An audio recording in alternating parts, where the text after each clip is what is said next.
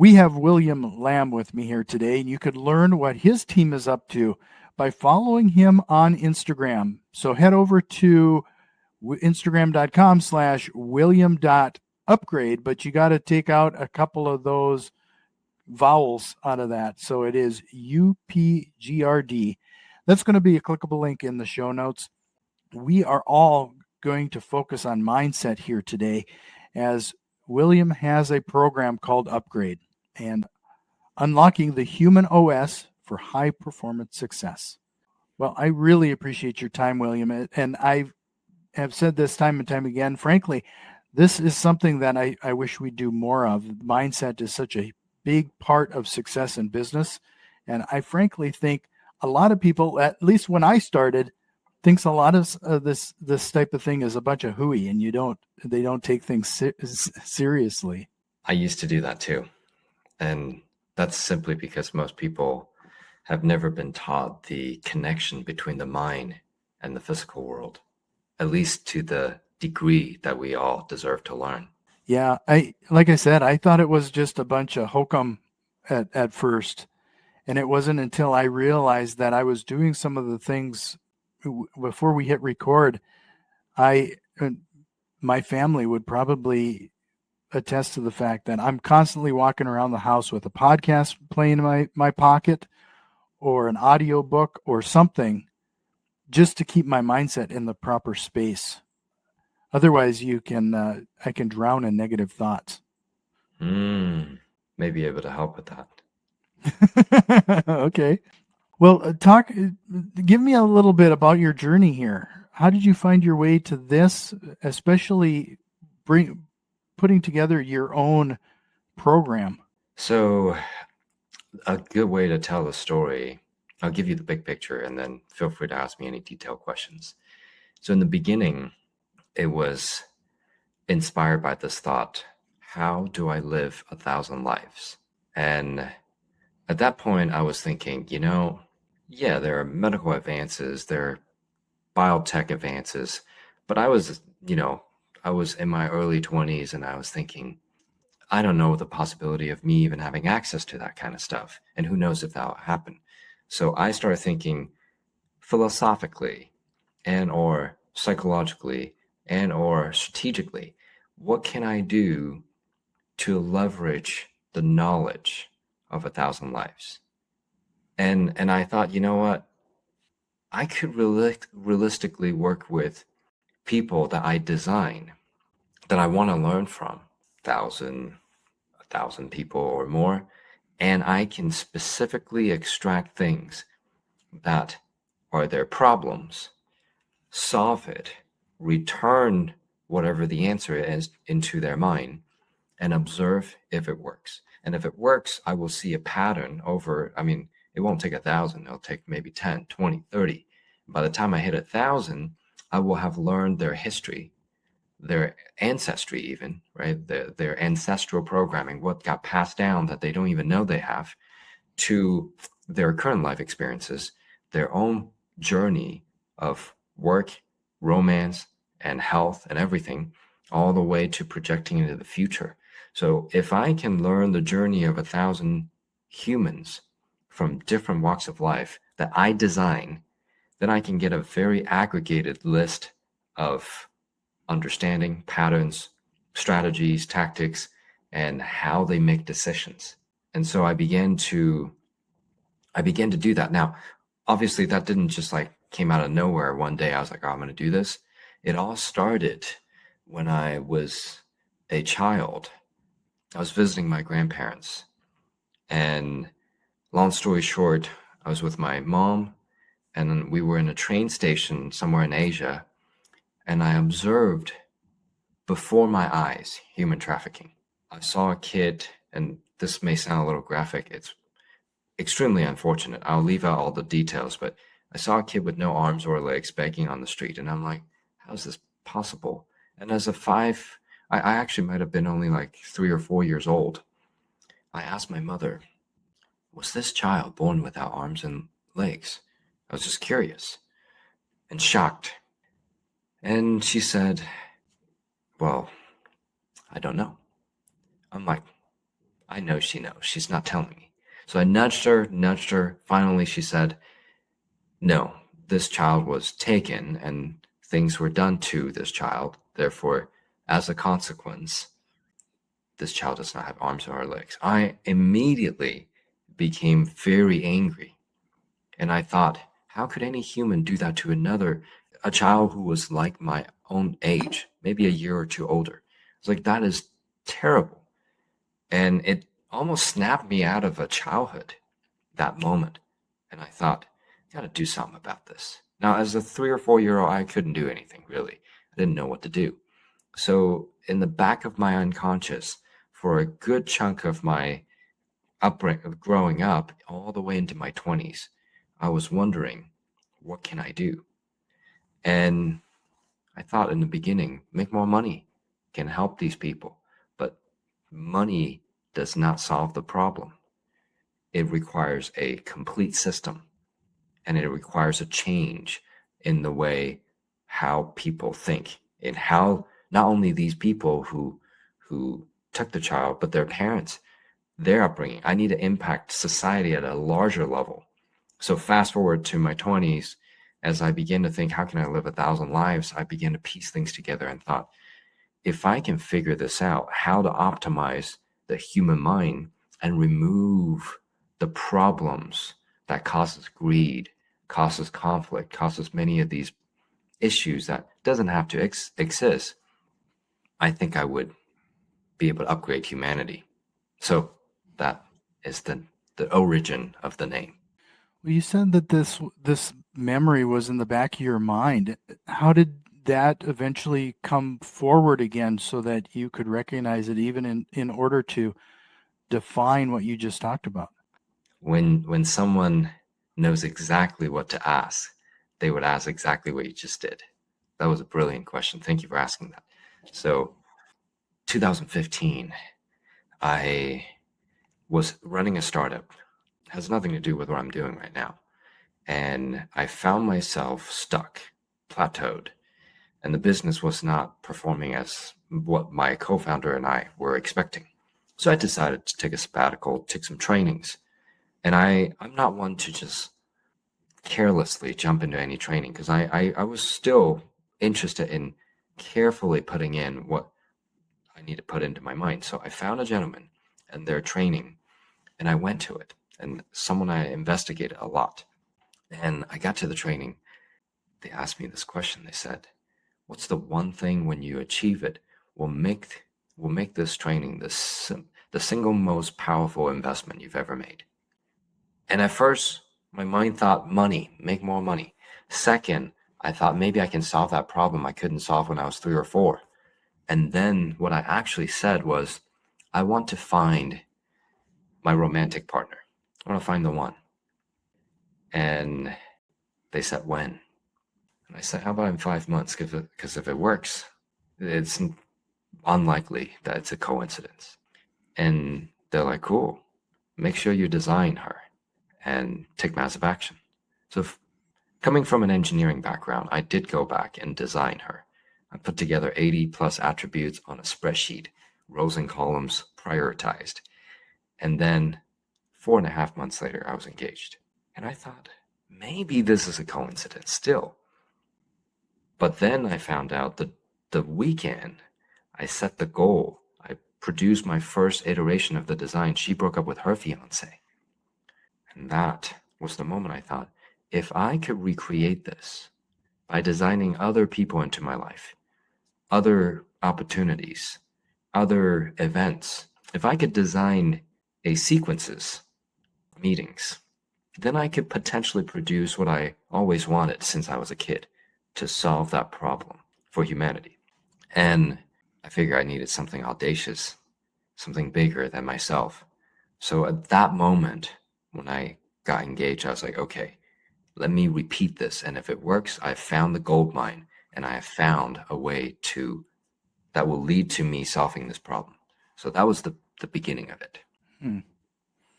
So I appreciate you saying that, because up until then, I was struggling with what you meant by observe those that you've designed. earlier you were talking about that. So that brings quite a bit of clarity. So are you suggesting then that most people, because I'm going to say most people don't do this, is to write down and create that target that you are trying to achieve? Most of us are just kind of flailing through life in some random direction and hoping for the best.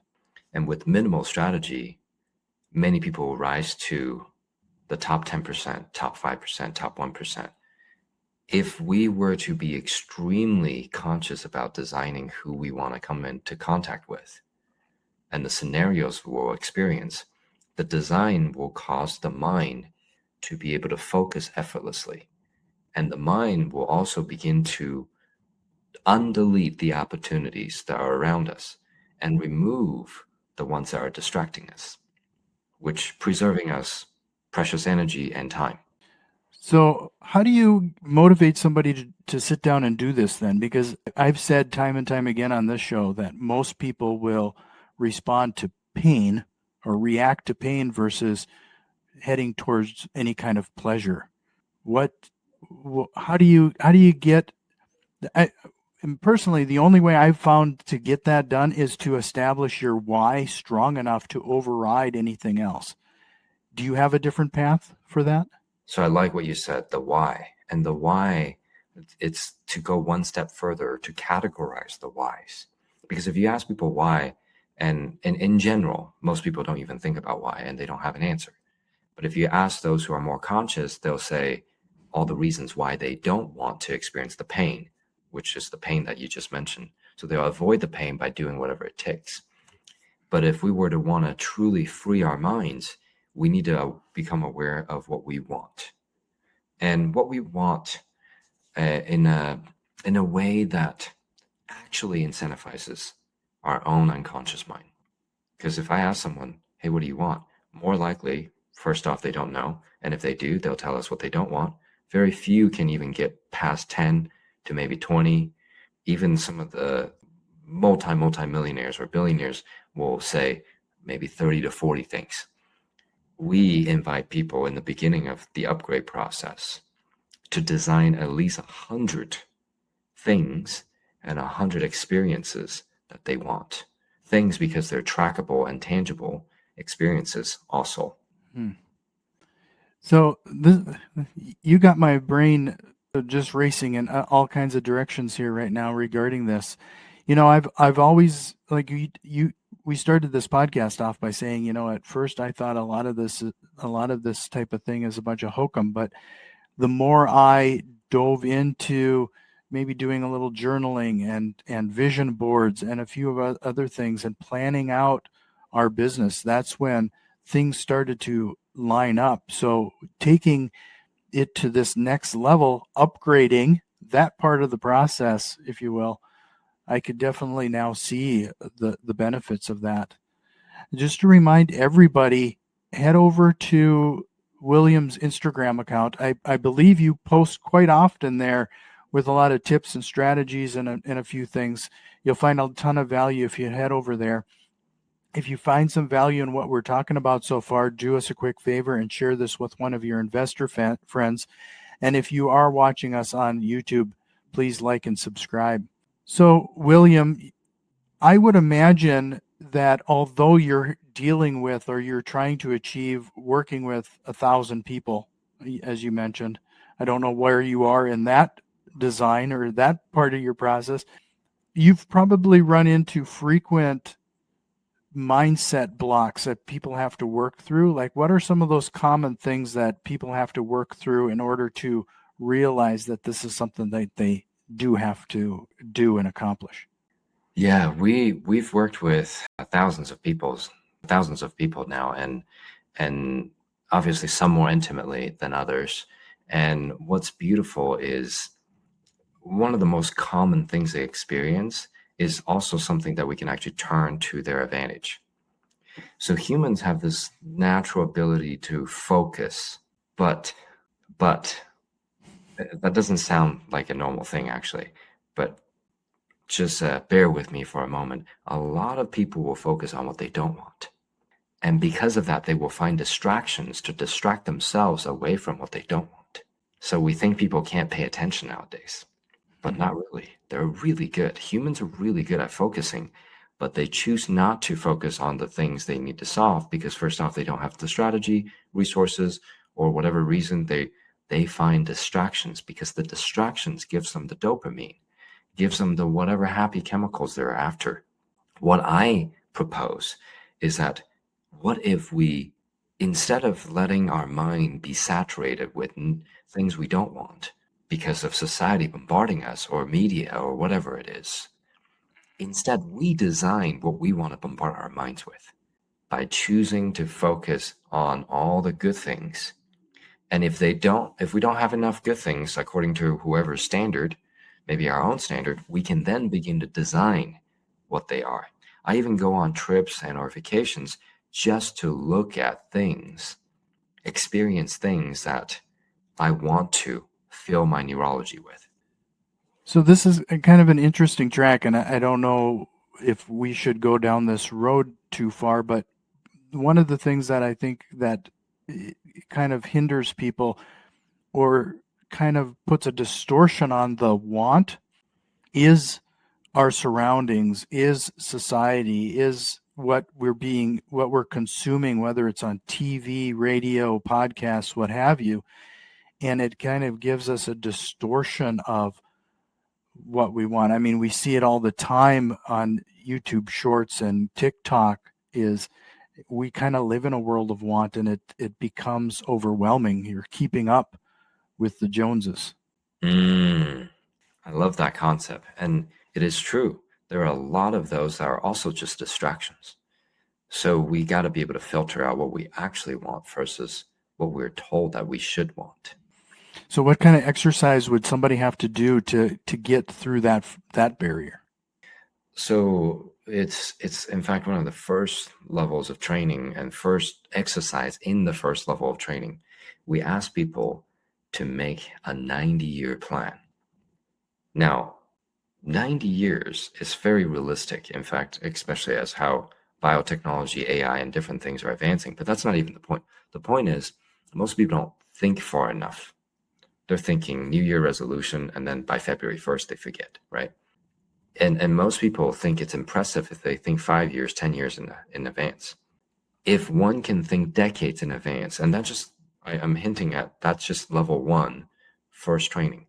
In our next level training, we start to stretch people's mind really far. We ask them, can you design a 1,000-year plan? And then we get even crazier, real crazy. By the time they hit our third level of training, we have roughly 4 levels of training. Third level of training, we asked them to design a 1,000,000-year plan.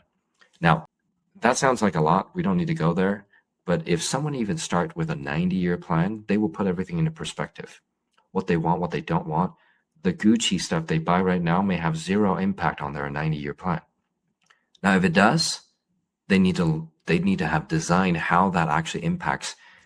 Maybe they're leveraging the brand image. Maybe they're leveraging the audience. Whatever it is, they need to do that. But it's easier to look at how things will impact their life if they can zoom out. If people are too zoomed in, it's easy to distract them, and they don't know what the purpose is. Mm-hmm. Well, if you don't mind, in the minutes we have remaining, I was hoping that we could maybe give the audience some direction on a couple things. Like earlier, you said you could maybe help me with my negative self-talk. Like, what are some of the things that could be accomplished there? Or what are some of the things I should try? So there are 2 methodologies, because if you go deep enough, the negative self-talk will dramatically decrease in the beginning, and then you may. What people typically discover is that there's a good period of time of quietness, and then there'll be some that'll pop up, and then you can resolve them. But what I'm saying is there's a deep structure. If you resolve that, it will decrease overall negative thoughts, thinking, all that, instead of you having to constantly work at it. I'm not saying that you shouldn't. I'm just saying it will decrease so much so that you won't even be having thoughts that you need to resolve stuff. And the method in which you can do that, I'm going to give you the 2-step process, which is a simplified version of some of the other stuff that requires context. The first step is, when did I create this problem in my mind? Because we're not asking why. We're not getting a bunch of reasons. Instead, we're asking when. Like on a computer, when did you install this program? You know, like on Mac or Windows, you have this thing that you can reverse back to when something was installed, to just the moment before, so you don't have this whatever thing you don't want. Our human mind can function very well like that. If you give it a timestamp by asking, hey, when did I begin this way of thinking? You can literally reverse back to the moment before and realize that was not a problem at that point. Like someone maybe was bullied when they were a child, so they felt like they needed to act a certain way, talk a certain way, and then when they're an adult, they maybe speak in a way that causes other people to feel, very small or whatever. Well, they can actually trace back to when they decided that they needed to do that right around that time. And if we can go back to moments before they were bullied, that was never part of them. Then the second step is, what can I learn from it so I can let this go? Now, the linguistics there is important. What can I learn from this so I can let this go? So I can let this go as the mathematics inside of it. It's a key part of the structure, because if I say, what can I learn from it? You have 1,000 learnings easily from one thing. But what can I learn from it? So I can let it go presupposes the learning has to be related and directly going to cause this problem to go away. And if you ask that question, the mind will resolve it. And then you will cease to have the negative thought pattern in that category or that specific manner. Yeah, you beat me to it. I was going to ask. A lot of that type of thing, I would imagine, would have to go back to not only let it go, but finding or feeling like you've been forgiven, or you've forgiven that person or that situation. And that is easier said than done. Unless you find the when. Because if you ask why, it will take a lifetime. And if people even resolve it. But if you, and there's actually a final step, I'll share it anyway. I think that I think your listeners will easily be able to imagine the context. The final step is, what do I want instead? Because once you resolve it by asking when, and you learn what you need to learn from it, lessons learned will not repeat itself, so you don't have to resolve it again. But you need to set a new neural pathway, new path on how you're going to think about it in the future. So you ask yourself, what do I want instead? And that is the moment why you need the design. If you don't have a design scenario or design outcome or design what you want, your mind's like, where do I go next? So if you are able to rewire or create this new pathway, and it's a new form of thinking, is this a great way in which to break recurring habits or falling back into those same routines? Certainly. Recurring habits are a way of communicating something unconscious. So they're merely message delivery mechanisms. Well, let's go jump to another topic then, because I've heard some people repeatedly talk about imposter syndrome, and I would imagine that that's the situation in real estate investing. At least when I first started, you're knocking on people's doors, trying to buy houses. You don't know what you're doing. You're even asking yourself, what am I doing? Why am I here? Is there anything associated with that? Like, how do you work through imposter syndrome other than repetition? It depends on the point of reference. One of the single people are comparing themselves, right? Are they comparing themselves to someone who knows less or someone who knows more? Because no matter what, at what point, somebody can feel like an imposter if they're comparing themselves to the very best. But it's okay to feel like an imposter if we use what we just talked about to resolve it. Because that feeling continues to come up no matter how successful. We talked to these people that we had this guy that just sold his company for hundreds of millions, still feels like an imposter. It's less of what he's done, more of what's the programming running in his mind. I was hoping you were going to share a bit of a story. Like, do you have some accounts that you could share regarding some of the people that have gone through the upgrade process? You mentioned somebody who now just sold their business for millions of dollars, but you must have some pretty stellar stories. Yeah, we have some that we can't share, but there's one that is on our podcast. I'll talk about it. So we have a gentleman whose company was at around 40 million, and when he came to us, we actually did a lot of that resolution stuff, and then we helped him design what he wanted. As simple as the process sounds, that's something that most people don't do, even multimillionaires. And his goal was to sell it for 100 million. And we asked him when. He said about 4 to 5 years would be very much the goal. And what oftentimes investors or entrepreneurs don't consider is that 4 to 5 years is simply there to justify to the mind that I'm going to have the time to make the mistakes or do what I need to do to get there. But it's like paying a bill. If the bill comes 4 years earlier, you need to find a way to pay it. But because that's not a bill, he doesn't feel like he needs it, right? So what we have to do is reprogram that to become a need. So one of the next steps after designing the wants, we program that to become a need or a must. So we're like, how about doing it in a year or year and a half? So long story short, he sold it in 14 months for about 100. I don't know if I can disclose the exact number, but it's over 100. Well, that kind of spurs another thought, is that you mentioned that we as humans can be very focused. We can also procrastinate.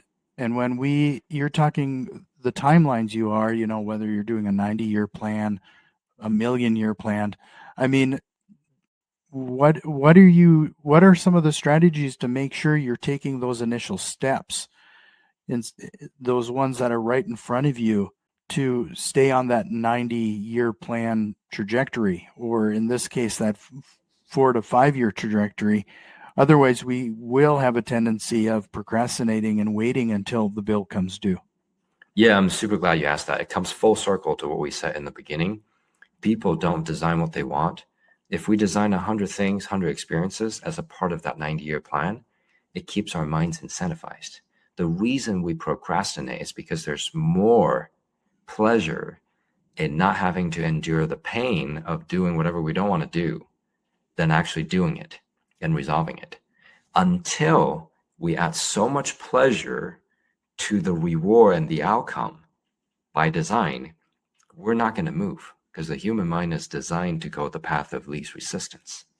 That spurs another thought too, is that the fact that I've definitely found the importance of celebrating even some of those small wins, so that you do feel that reward in the end.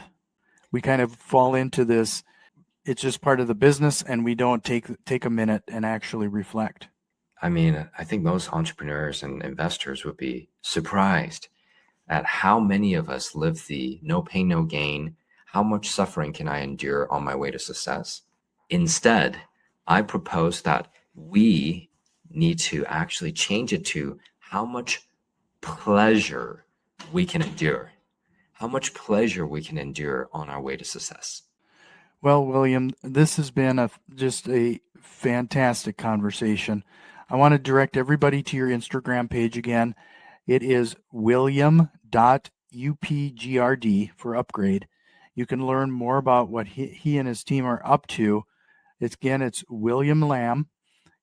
But I really appreciate the value you brought to the show. And if you're ready, we'll jump into the rapid fire questions. But before we do, is there a question or concept you think we should have covered?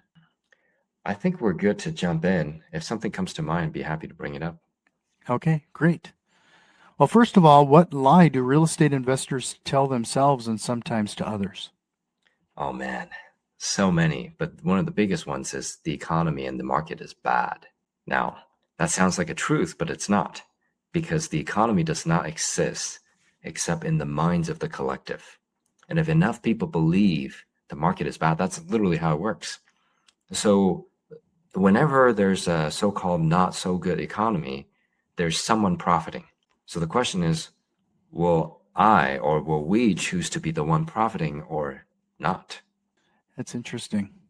Do you have a book recommendation, or what are you reading right now? Yeah, I definitely have some books that I would recommend. There's a book called Transformation, Trance, Formation. It's a deeper read. It's about alter states and how we can change our mindset inside the alter state. It's a fantastic book and definitely not for the faint of heart. But there are some easier reads. I would say there's another book that might be on a completely different spectrum that I would recommend. It's called The Real Magic by Dean Radin, which explores the relationship between the human mind and the physical reality.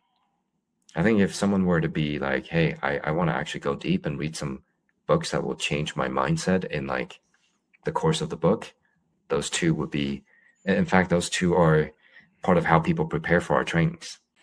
I would imagine that kind of gives you an idea of their intention of what they're going to follow through to if they go through read both books. Yeah, they're not easy reads, but I mean, The Real Magic is easier than the other one, but fantastic books. If you could go back in time and give your younger self one piece of advice, what would that be? I would say become more deliberate in designing what I want earlier, even earlier. I started pretty young, but if I knew how much impact when we begin to design what we want and what our mind does to filter out things that doesn't belong in the design and filter in what we design, I would probably start 10, 20 years earlier. What single strategy, process, or tool have you implemented that has had the biggest time-saving impact? I would go back to the design thing because roughly the math is 10 to 20 million bits of data hitting our mind every second, but our mind filters it down to 126 bits. So if we don't design, our mind just filtering whatever the heck that was already pre-programmed, which may not be what we want. So by designing it, I would even suggest that I have probably saved myself 3 or 4 decades by designing. Well, William, this has been fantastic. Again, you can find him on Instagram, william.upgrade. And you can also check out his podcast. It's called God Mode Podcast. So if you're a gamer, you probably know what that reference is. But God Mode Podcast, I'll make sure to have that link in the show notes as well. But this was fantastic, William. I hope you'll consider coming back again. Absolutely, be an honor. That was wonderful being with you today. Thank you so much.